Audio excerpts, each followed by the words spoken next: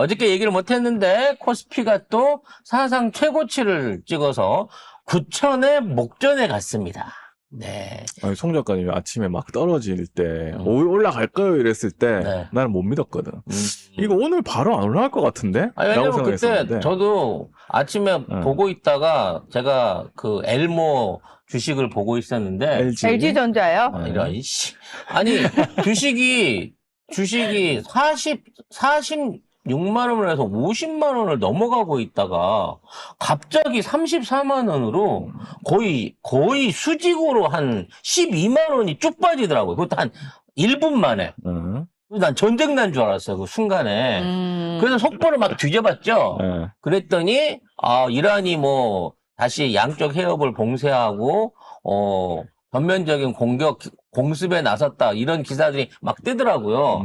그래서 이거 결국은 트럼프랑 네타냐후 때문에 또 도루묵이 되나라고 했는데 바로 미국이 나서가지고 더 이상의 침공이 없을 것이다 그러면서 빠르게 수습을 하더라고. 그러니까 이게 또 목리를 한번 부려봤다가 미국이 바로 꼬리를 내리는 방향으로 가는구나.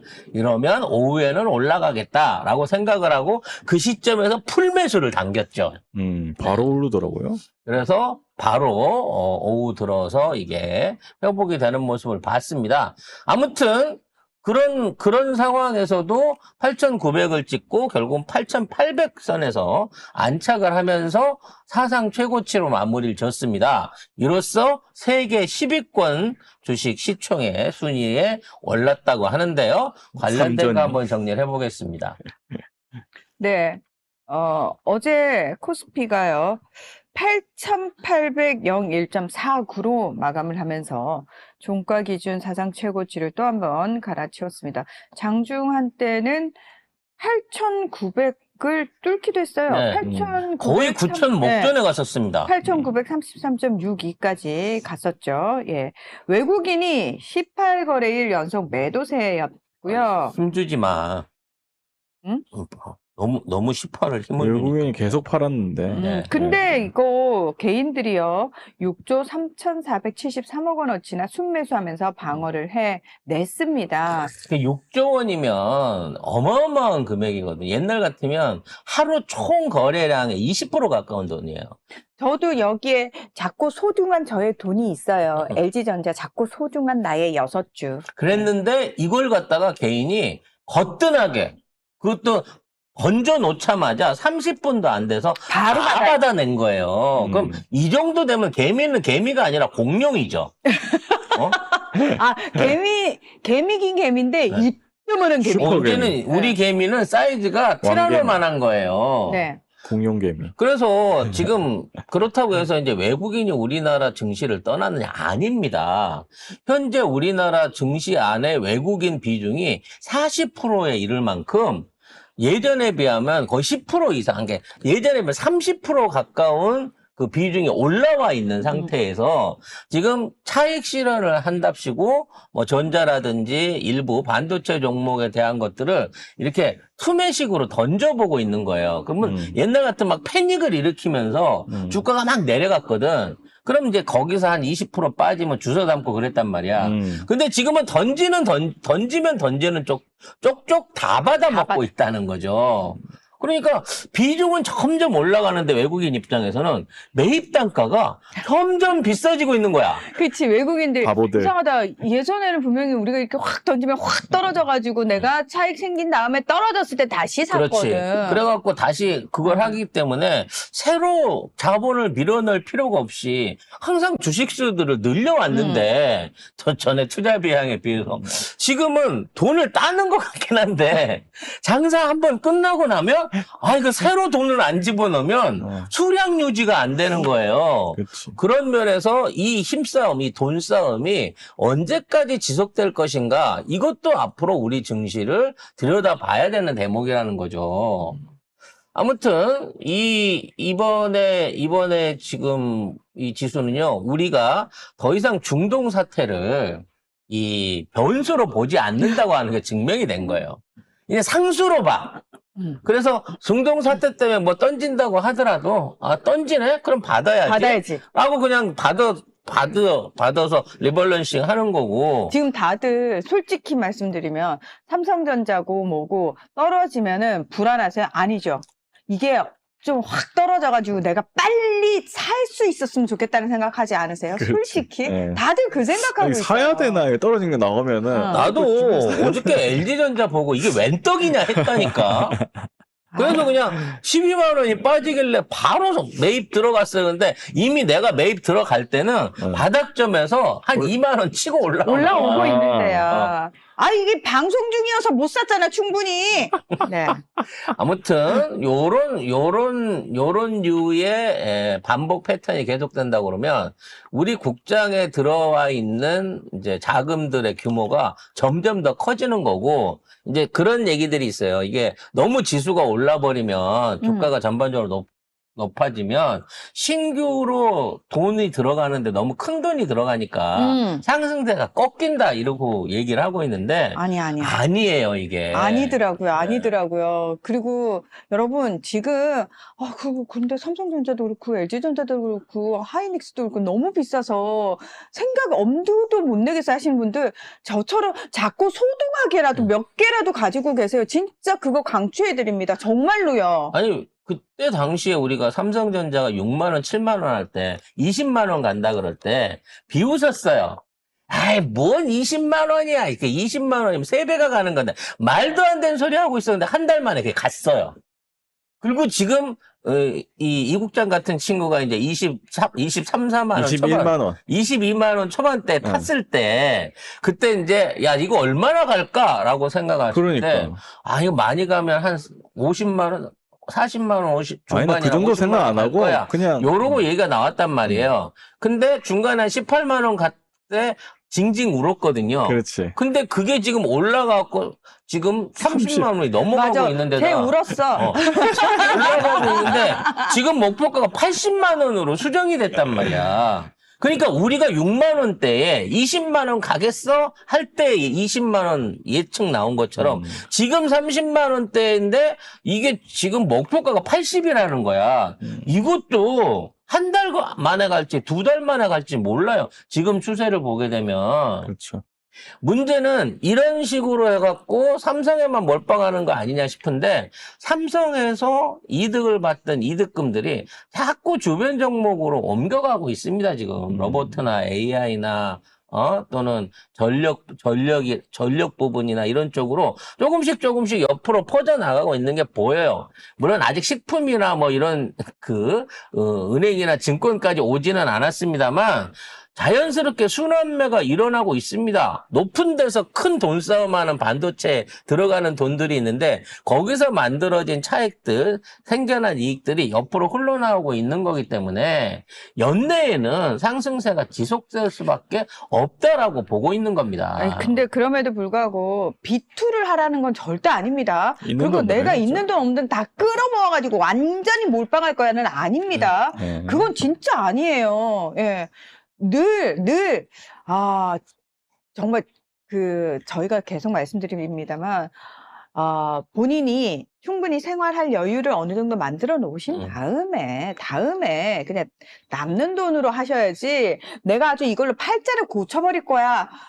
그러다가 팔자가 잘못 고쳐지는 수가 있기 때문에 정말로 조심하셔야 됩니다. 특히나 요새 주식시장의 특징은요, 넥스트장에서 이미 상승분이 다 올라버립니다. 그게 너무. 그러니까 8시 시간대에서 9시 시간대에 그날 상승분이 전부 주가에 반영이 돼버리고요. 본장 열리고 나면 이걸 따라갈까 말까만 고민하게 돼요. 맞아요. 나는 이런 거 처음 봤어요. 그러니까 전날 밤에 안 사면 계속 오르더라고. 차익을 못 보는 거예요, 이제는. 맞아요. 그래서 이제 매매 전략에 대한 것들을 우리가 새롭게 이제 개시를 해야 돼요. 이제 조만간 24시간 주식 거래 허용도 멀지 않았다고 그러지 마. 봐집니다. 그러면 안 그러지 마. 되는데. 그러지 마. 바로 살 사람 많이 그러면 생기겠죠? 죽어요. 그럼 죽어요. 사람들 진짜 죽어요. 죽어. 예. 그리고 우리 백마강님, 난 송작가 TV 몰빵 하셨는데 그 몰빵은 좋은 몰빵. 왜 우리 아직 상장 안 했는데? 네, 좀 기다려 보시기 바라겠고요. 아니 그냥 송작가 TV에 진보 유튜브 방송 중에서 나 어디 몰빵할까? 송작가 TV 몰빵. 그래서 이제 일부 주가가 떨어지길 바라는 증권 조선일보. 애널리스트들이, 조선일보의 하소인 애널리스트들이 우리가 리스크가 크다 그러면서 리스크를 자꾸 제시를 합니다. 중동의 지정학적 리스크를 먼저 얘기를 해요. 뭐 중동의 지정학적 리스크라고 하는 건 결국 유가 상승이거든요. 근데 전 세계에서 지금 가장 많은 원유를 확보하고 있고 앞으로도 그럴 것이며 지금 지난 5개월 동안 비축유를 한 방울도 안 쓰고 버텨낸 나라는 우리밖에 없어요. 심지어 그 와중에 석유류 수출을 늘리고 있는 나라는 우리밖에 없습니다. 사실 우리는요, 손해를 보고 있는 게 아니라 이 전쟁의 수혜를 받고 있어요. 물론 기름값은 한 2,000원 오른 건 맞습니다만 미국도 50% 이상이 오르고 사우디도 60%가 올랐는데 기름값을 우리만 완전히 낮게 유지할 수가 없는 게요. 산유국들도 기름값은 정부가 어떻게 할 수가 없는 부분이에요. 시중의 예. 물가가 그걸 끌어올리고 네네. 있단 말이죠. 그거는, 그리고 민간 기업들이잖아요. 그러니까 우리 정부는 그래도 상한가를 잘 누르고 있는 거예요. 그러니까 우리는 거의 응. 10%대 초반으로 이거 억지로 잡아 누르고 있기 누르고 때문에 있는 거예요. 이게 네. 결과적으로 우리 물가가 2% 3%대에서 왔다 갔다 하면서 이 물가 지수를 억지로 틀어막고 있는 겁니다. 우리 정부가 잘하고 있는 겁니다. 미국이나 다른 나라들은 아예 손 놨어요. 할 수가 없어요. 이미 미국도 유가가 60% 이상 오르기 시작하면서 소비자 물가가 10% 이상 실질 체감으로 올랐기 때문에 지금 주민들이 미쳐버리려 그런다는 거예요. 그렇죠. 맞아요. 그리고 일부 주유소라든지 또는 아예 차량을 포기하게 되는 서민층들이 생기면서 내수가 급격하게 악화되고 있는 상황인 거고, 이 희한한 게 기름값이 없으면 출근을 안 해갖고 회사에서 잘린다는 거야. 실체적으로 기름값이 없기 때문에 그것 때문에 사직을 하거나 강제로 퇴직을 당하고 있는 사람들이 늘어나고 있는 지경이라는 거야. 그리고 가장 진짜 직접적인 타격을 받는 건 화물 운송하시는 분들. 그냥 그 화물차를 돌리는 것 자체가 손해이기 때문에 미국에서는 그냥 화물차들이 손을 놔버리니까 물류가 안 돌잖아요. 물류가 안 도니까 물가는 올라가는 거예요. 미국도 70년, 80년 이상 이 철도 시설에 대한 재정비가 없었습니다. 그 첨단 미국에도 고속철이 없어요. 왜냐면 철도에 투자를 안 하는 안 거야. 하니까. 맞아요. 그래서 미국 내부의 물류를 대부분 이 대형 트럭들이 하죠. 담당을 해왔는데 기름값 때문에 이 트럭들의 운송이 멈추면서 내부의 내수도 멈춰버린 거고요. 그것 때문에 물가는 더 치솟아 오르고 있는 맞아요. 상황인 거예요. 악순환. 그래서 이 부분을 빨리 해결을 못하면 내가 보기엔 미국이 제일 먼저 망할 것 같습니다. 뭐 미국엔 기름이 나오지 않느냐라고 얘기를 하고 있는데 그게 아니라니까. 그 차원이 다르다니까요. 미국이 그동안 그 전쟁 중에 미국산 석유를 많이 팔았다 뭐 이렇게 얘기를 하고 있는데 알고 봤더니 이게 비축유를 꺼내 판 거더라고요. 그러다 보니까 미국 자국 내에서 쓸 수 있는 기름이 진짜 떨어지고 있고 하필이면 요때 세일가스 생산량도 지금 줄어들고 있다는 거예요. 진짜 우연인지 아닌지 모르겠는데 세일가스도 안 나와요 지금 미국에서. 예전처럼 생산이 안 돼요. 그래서 지금 다시 중동에서 사다 써야 될 형편이야 미국 입장에서도. 뭐 이런 여러 가지 부분을 감안했을 때 이 호르무즈 해협 사태가 결코 우리나라한테 악재만은 아니라는 점을 얘기를 해야 될 거고요. 자꾸 이제 환율이랑 물가 관련된 얘기를 하고 있습니다. 근데 물론 거시적인 관점에서 환율이 1,500원대 초반을 계속 고환율로 유지를 하고 있고 대신에 물가가 3%까지 뭐 오르면서 시중 물가 불안이 예상이 된다 또는 금리가 인상될 거다라고 하는 전망들을 막 던지고 있어요. 물론 이제 물가가 오르면 당연히 금리가 오르게 되는 부분은 경제학적인 원론에서 따라가지만 지금 우리는 이 고물가 시대에 엄청난 무역 흑자를 쌓고 있습니다. 그 무역 흑자가 유지되는 과정 중에서도 환율이 안 떨어지고 있는 거는 우리한테 엄청난 기회예요. 따라서 지금 있는 이 고환율의 고환율의 돈들을 유지를 하면서 어느 정도 환율이 정상적으로 돌아가게 되는 상황. 즉, 전쟁이 끝나고 1,300원대로 돌아가게 되면 우리나라가 가진 달러의 효용 가치가 20% 이상 올라가는 상황이 생길 겁니다. 그러니까 지금은 우리가 굉장히 비싼 이자로 달러의 예금 이자를 추가로 벌고 있다고 봐야 돼요. 그러니까 환차익을 통해서 생기는 수출 이득도 있지만 이걸 갖다가 현재 우리가 어떤 형태로든지 보관하고 있으면서 요거를 안 쓰고 적자를 안 내잖아요. 손실을 안 보기 때문에 안 쓰고 보관하고 있는 이게 나중에 엄청난 추가 차익 자산으로 돌아올 여지가 있다는 거죠. 따라서 앞으로 금리가 인상이 될지 안 될지는 모르겠습니다.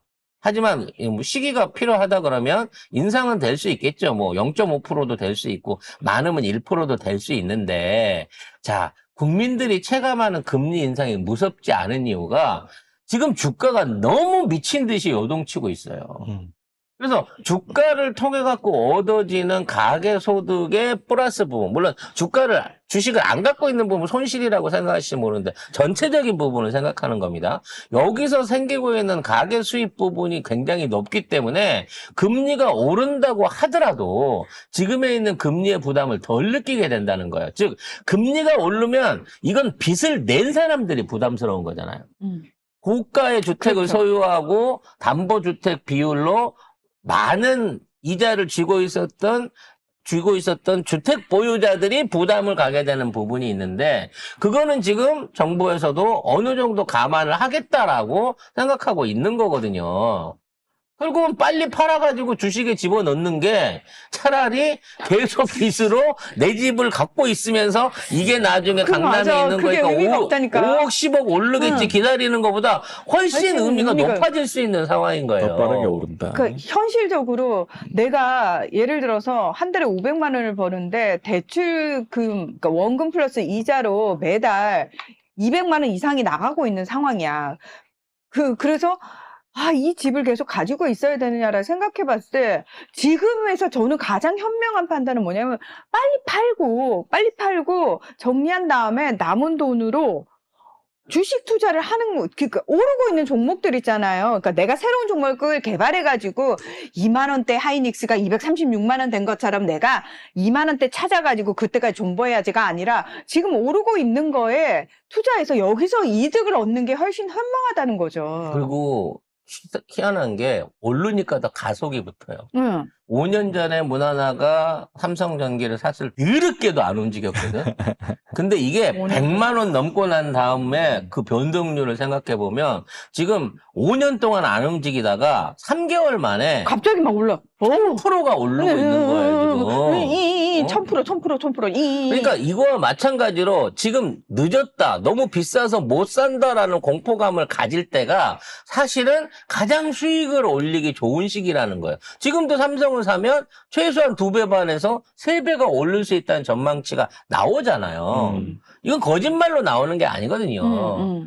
그래서 이와 같은 호기를 맞아야 된다는 겁니다. 우리나라의 주특기가 우리나라의 최고의 산업 생산이 사실은 주식인 상황인 거예요. 우리가 따져놓고 보면. 그러니까 수출도 아닌데 그게 무슨 소득이고 GDP냐라고 생각하실 수 있겠지만 이렇게 늘어나서 만들어지는 주식시장에서 만들어지는 거대한 자산이 네. 자본이 결국은 기업들의 경쟁력과 재투자로 연결되게 되면서 오히려 우리 기업의 글로벌 성장 그리고 R&D 투자 경쟁력들을 세계 최상위권으로 끌어올리고 있는 거란 말입니다. 그중에 대표 선수가 삼성전자와 하이닉스예요. 자꾸 이것 갖고 일부만 잘 나간다 그러는데 아니 왜 손흥민, 김민재가 아시아에서 최고 대우, 아니 포지션별 세계적으로 최고 대우를 받으면서 비싼 대접을 받겠냐고. 잘하니까 받는 거 아니에요. 그러니까 손흥민 축구 빼면 뭐 볼 거 있어. 아니 손흥민 자체가 축구야. 그런 상황에서 손흥민한테 축구를 빼고 뭘 보지 마. 이런 말은 말이 안 되는 거예요. 그러니까 조선일보가 그런 기사를 쓰기 때문에 조선일보 보는 사람들이 가난해지는 겁니다. 조선일보 보면은 가난해져요. 보면 안 돼. 맞아. 핵심이다. 경제적으로 봐도 보면 안 돼. 그런데다가 우리 이제 황 형님이, 젠슨환 형님이 중국까지 따라갔다가, 중국에서 개 털렸잖아요. 결국은 시진핑 한번 만나서 악수 한번 하고, 어떻게, 조금 반도체 수출에 대한 거나 한번 다시 열어볼까 그랬더니, 우린 화해해서 개발했을 거야. 라고 만나주지도 않았어. 그러니까 이럴 바에야 왜 데리고 갔어? 라고 할 수밖에 길거리 없는 거지. 먹방을 찍기 위해서. 응? 성격 좋으시더만. 근데, 아무튼 먹방까지 찍었는데 아무 걸 못 하다 보니까 이 바쁜 양반이 우리나라에 다시 온 거잖아요.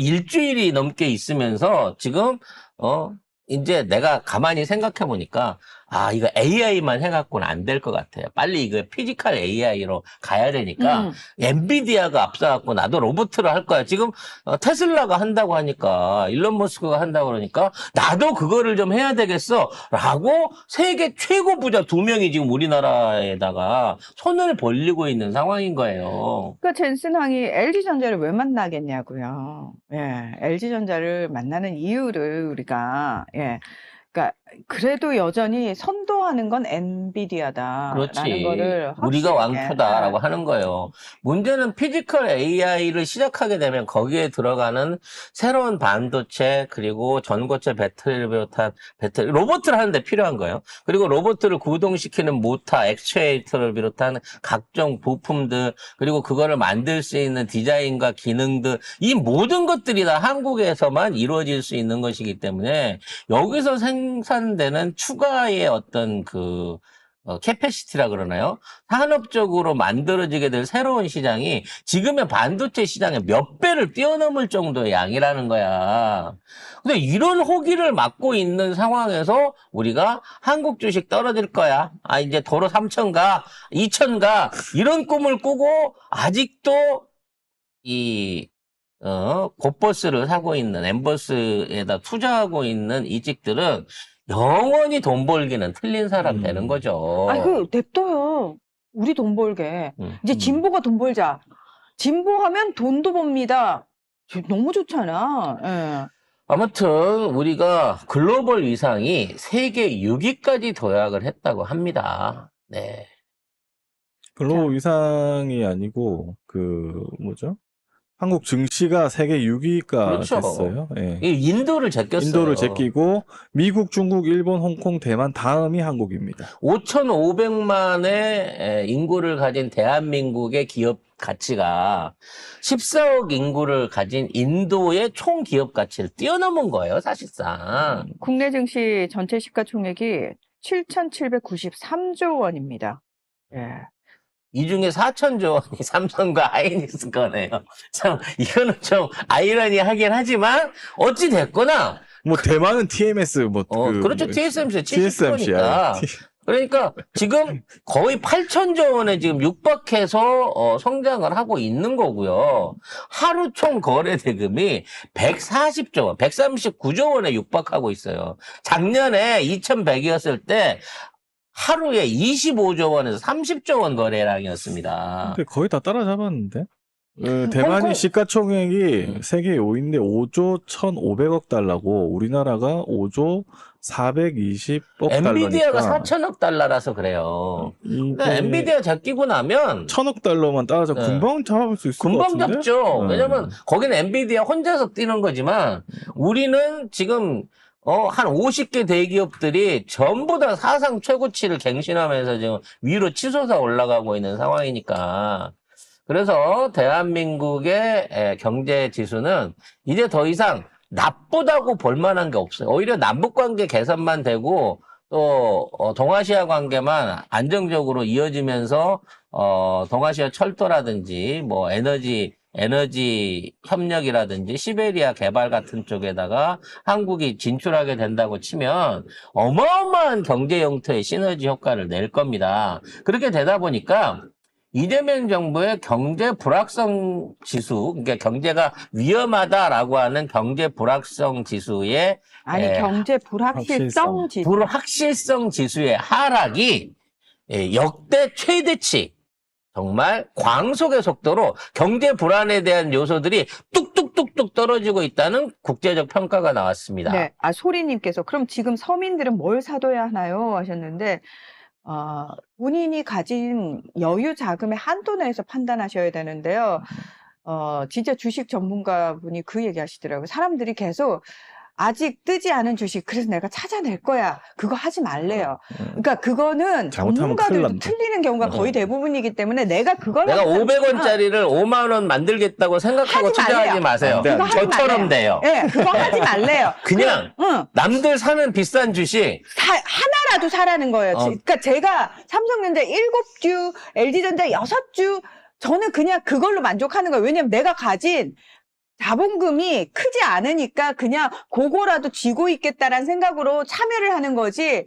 아씨, 내가 500원짜리를 5만 원짜리 만들어야지 이러면서 그거 하지 말라는 거예요. 지금 뜨는 거, 그러니까 제가 봤을 때는 하이닉스는 저도 못 사요. 너무 비싸서 나는 한 주도 못 사겠어. 근데 그나마 삼성전자는 아직 내가 한두 주 정도는 살 수 있어. 그러면 그냥 내 여유 자금에서 작고 소중한 한두 주를 가지시라는 거예요. 여러분, 제발 무리하지 마시고 비토하지 마시고요. 예.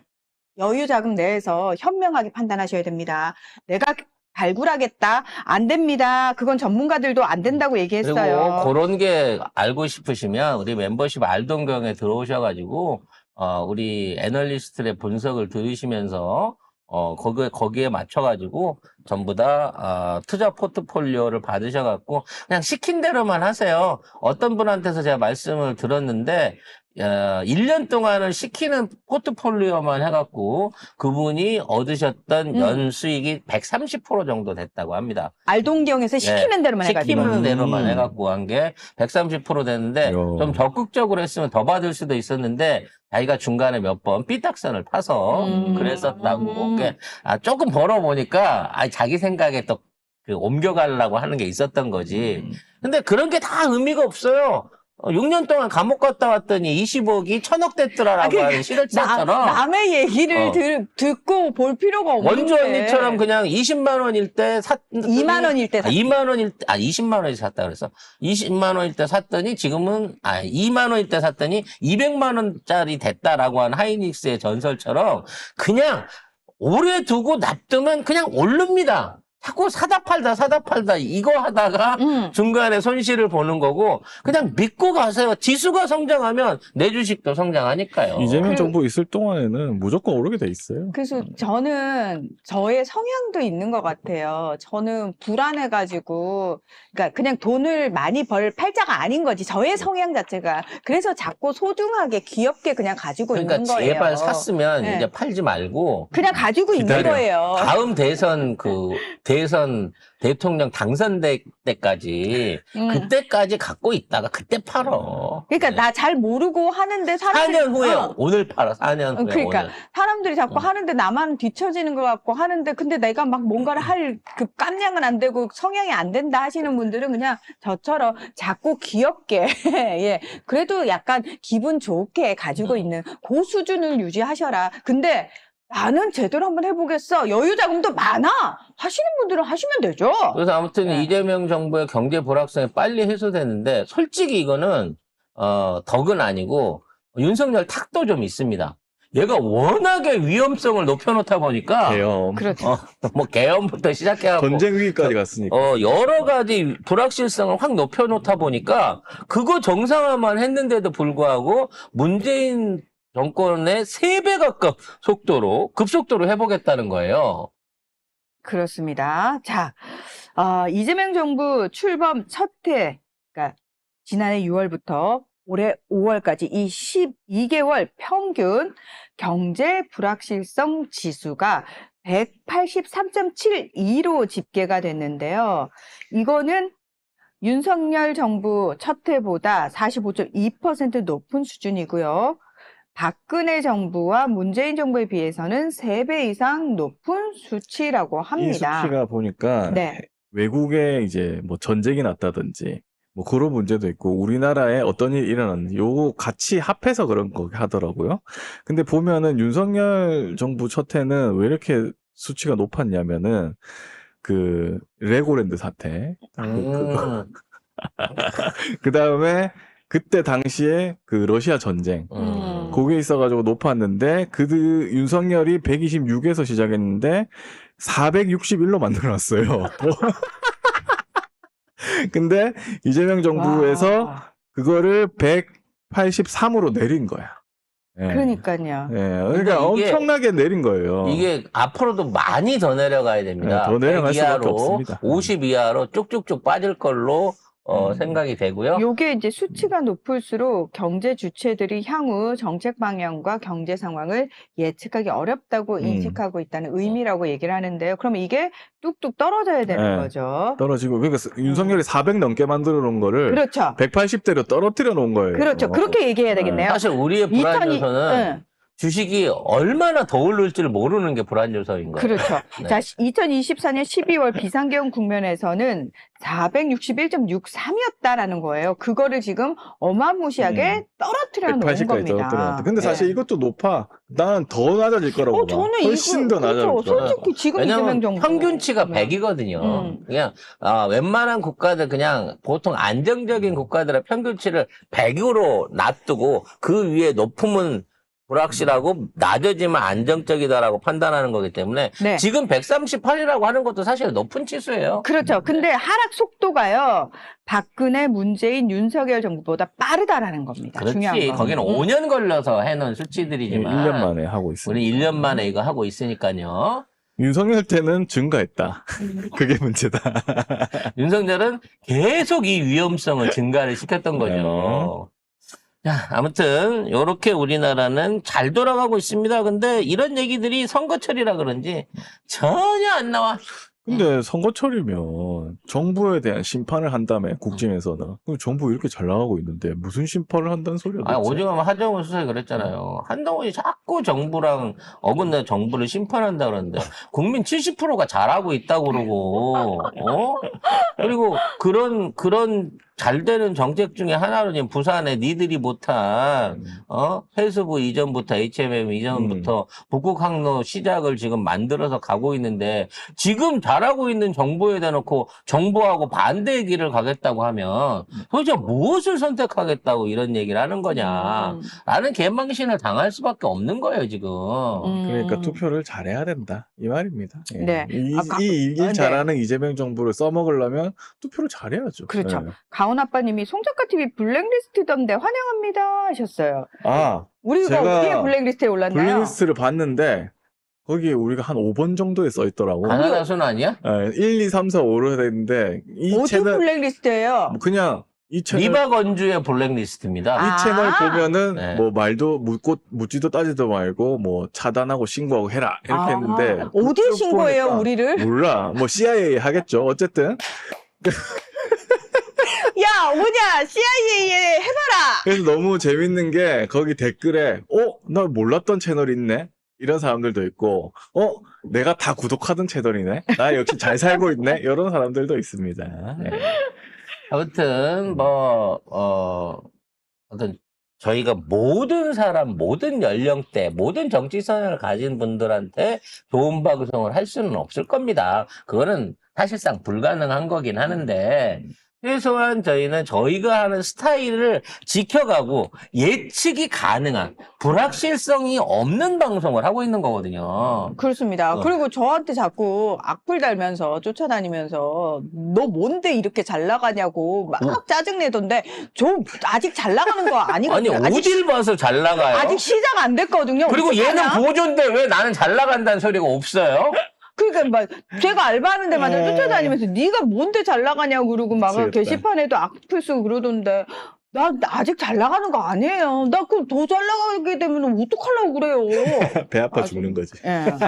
아무튼 지금 젠슨한 형이 지금 굉장히 힘든 상황이라고 합니다. 그러니까 매출은 많이 올라와 있는데 세계 최고 수준까지 올라와 있는데 삼성한테 일단 순이익에서 역전을 당한 데다가 기분 나쁘잖아. 내가 더 큰 회사고 부자고 매출도 많은데 수익이 떨어지니까 삐지잖아. 그래서 새로운 뭔가를 찾아보려고 중국에 기대를 했다 안 돼서 한국에 와서 급하게 이제 피지컬 AI를 하시겠다고 왔거든요. 내가 이제 돈대미를 엄청 투자를 해주시겠다는 거야. 로봇이라든지 AI 프로그램이라든지 이런데. 근데 대만에서도 이제 매년 1,500억 달러씩 투자하겠다고 약속을 했거든요.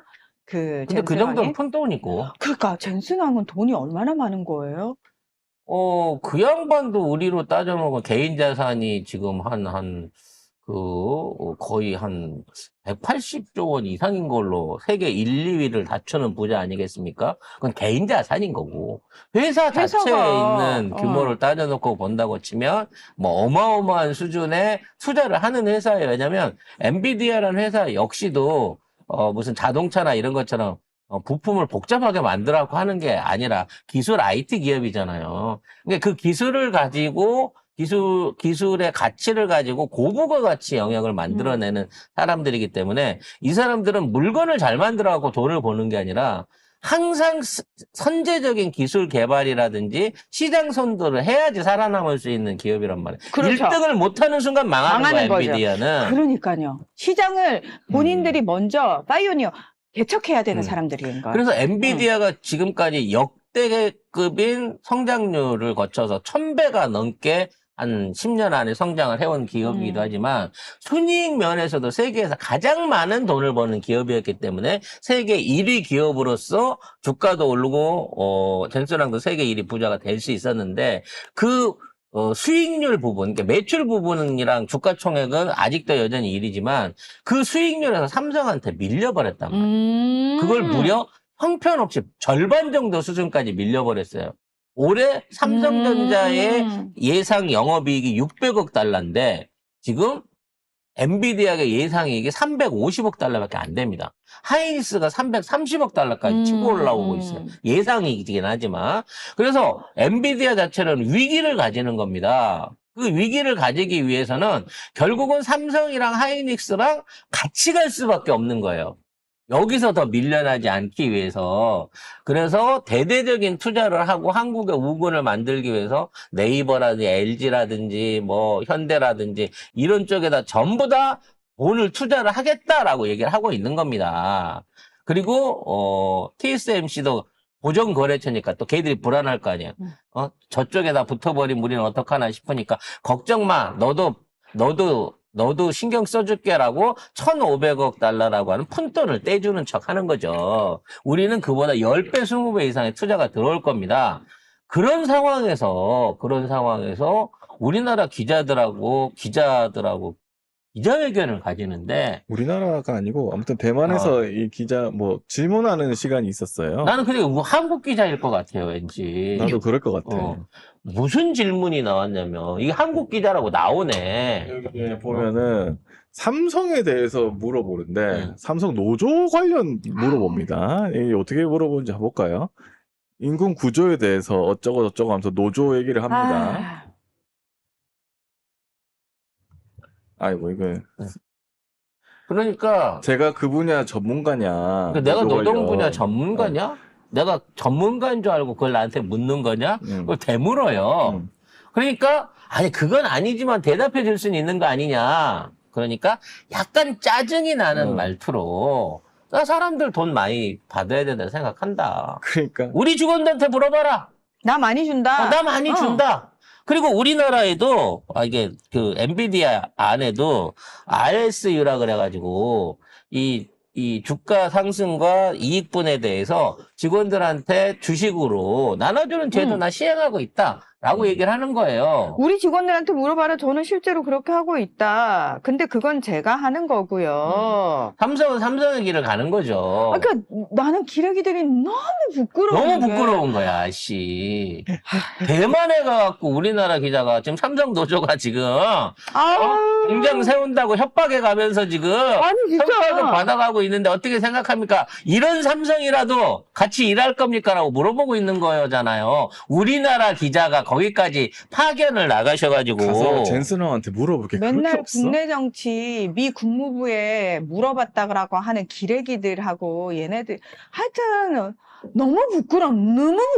나 비전문가인데 왜 자꾸 나한테 물어보냐고. 앞에 여러 번 확인하잖아요. 그리고 뭐 젠슨왕이 실시하고 있는 RSU라고 하는 제도들도 이게 4년에 한 번씩 챙겨가지고 성과급을 주식 형태로 나눠주는 거예요. 그리고 이렇게 나눠주는 주식에 대해서는 이렇게 회사 퇴사 전에는 못 파는 이 환매 규정을 적용해 갖고 나눠줍니다. 그러니까 삼성은 1년 보유 지나면 나눠갖고 1년, 2년, 3년 지나면 팔 수 있게라도 해주지만 얘는 퇴사하기 전에 못 팔게 주는 거예요. 족쇄야, 족쇄. 그러니까 우리나라가 훨씬 더 좋은 조건과 유리한 조건으로 지금 이걸 나눠주고 있는 거예요. 그러니까 주주들이 반발을 하잖아. 아니, 주주 이익은 11조밖에 안 나눠주면서 주주들한테는 왜 노조가 25조 원 넘는 돈을 받아가는 거냐고 소송 붙었어요. 그런데다가 지금 삼성 노조 탈퇴가 계속 이어지면서 6만 5천이 무너졌고 이제 5천만 더 빠지면요. 6만 이하로 빠지면 삼성 노조, 신그룹 노조 이거 와야 됩니다. 교섭권 사라져요. 아, 진짜 이런 상황에서 한국에다 하지 마. 한국 상당 틀렸어. 이렇게 가서 초를 치고 있는 거야. 이거 진짜 재영이 형이 알면요. 진짜 이 기자 찾아내가지고. 진짜 이 언론사 나는 여기서 광고 끊어야 돼. 나는 플라워 오빠가 참으면 안 된다고 생각해, 광고 끊어야 오빠. 된다고 봐. 이런 애들은 뼈도 못 추리게 언론사까지 아주 한 큐에 날려야 이 새끼 된다고 이질만 생각해. 하려고 회사에서 돈 받았고 비행기표 타고 기자회견장 갔을 거 아니야. 나는 삼성 연맥이려고. 플라워 오빠의 힘을 보여줘야 된다고 생각해. 요런 데 보여줘야 된다고 생각해. 그래서 젠슨왕이 우리 회사 직원들이 이미 상당한 규모의 자사주를 보유하고 있으면 그중 다수가 백만장자가 됐다. 이렇게 오빠. 얘기를 하고 있습니다. 대신 은퇴해야 그 돈 찾아간다는 거죠. 근데 생각해봐요. 내가 엔비디아 직원이야. 내가 왜 은퇴를 해? 막말로 이 언제- 회사는 더 성장할 그러니까. 건데. 근데 삼성전자 직원들은 뭐라 그랬어요? 나 딴 데 갈 거야. 나 이번 기회에 중국 갈 거야. 병신들이지. 나 이번에 6억 5천 7억 땡기고 그냥 깔끔하게 회사를 부셔버려야 되겠어. 야, 나 진짜 경영자 입장에서 그런 얘기 들으면 피가 거꾸로 돌 것 같아. 피가 거꾸로 돌 것 같아. 아니 노답이야. 바보야 바보. 내가 이 회사 더 키워가지고 내가 가진 주식도 부풀려야지. 그리고 내가 어쨌든 내가 직장을 다니는데 여기서 이 회사가 커지면 나에게 오는 파이도 커지는 거잖아. 왜 바보 같은 짓을 하는 거야? 나는 바보니까. 프라우 오빠를 그닥 좋아하는 편은 아니었지만 우리 다 그래요. 예, 그 프라우 오빠가 반도체를 다 대하는 저기만큼 심정만큼은 난 진짜라고 생각하고 느낀 게 뭐냐면 평택에 반도체 공장을 짓잖아요. 거기에 지금 하루에 투입되는 노동자들이 수만 명이거든요. 외국인 노동자 한 명도 안 써요. 다 국내 노동자들만 씁니다. 왜냐하면 반도체 공장은 인프라가 제대로 돼야 되거든. 인프라가 제대로 돼야 되지만 그 안에 있는 노하우들을 외부에 외국인, 노출할 수 없다 그래서 한국인 노동자들만 쓰고요. 어떤 노동자라고 할지라도 무조건 2주일 이상을 교육을 받은 다음에 현장에 들어갑니다. 이 정도면 삼성에서 광고 들어야 되는데. 진짜 이 정도 되면 프라우 오빠 슬쩍 슈퍼챗이라도 한번 싸주고 가라. 이 정도 되면 슈퍼챗이라도. 플라워 오빠 내가 다 알려드리잖아. 지금. 사내 강연 나한테 한 번은 줘야 된다 진짜. 돈 많이 주고. 난 진짜 그러고 싶다. 난 삼성에서 강의자 놓으면 나 원래 강의 잘 안 다니는데 나 간다. 아무튼 이만큼 진심인 거예요. 왜 이거 자체가 단순하게 회사의 이득이 아니라 이 할아버지 선대에서부터 내려 우리나라를 먹여 살릴 기술이라 그래갖고 반도체 입국을 만드신 이병철 창업주의 그 뜻이 지금까지 이어져서 지금 삼성이 이만한 대기업이 된 거야. 안 그랬으면 아직도 설탕이나 만들고 있든가, 텔레비전이나 만들고 있겠지. 근데 지금의 삼성의 위상은요, 사실상 세계 탑 그룹이고 전 세계 정치와 경제와 안보를 좌지우지할 수 있고 우리나라를 사실상 전쟁의 위협에서 지켜주고 있는 그런 기업이기도 해요. 삼성이 잘못되면 전 세계 경제가 마비가 된다라고 하는 이런 어떤 인계철선 의식이 있기 때문에 중국이나 러시아나 북한도 함부로 삼성을 못 건드리는 겁니다. 거기까지 하시죠. 사냥은. 아무튼 그런 사람을 내가 떡볶이나 먹이고 말이야. 술값이나 내라고 끌고 다니고 엑스포 홍보한다 그러고 끌고 다니면서 밤에 술이나 먹고. 그러니까 결국 사전투표 하는 거잖아, 결국에. 아무튼 정신이. 저는 우리 기업이 잘 됐으면 좋겠어요. 네. 제가 개인적으로 손흥민이라고 하는 게 토트넘을 좋아하지 않지만 손흥민을 좋아했던 이유가 뭡니까? 그냥 축구를 잘해서가 아니야. 대한민국을 대표해서 축구를 잘하는 사람이고, 대한민국 최고의 어떤 선수로서 이걸 보여줬던 사람이기 때문에 존경하고 좋아했던 거거든요. 그리고, 그런 사람을 빼고 축구 아니면 아무것도 아니잖아.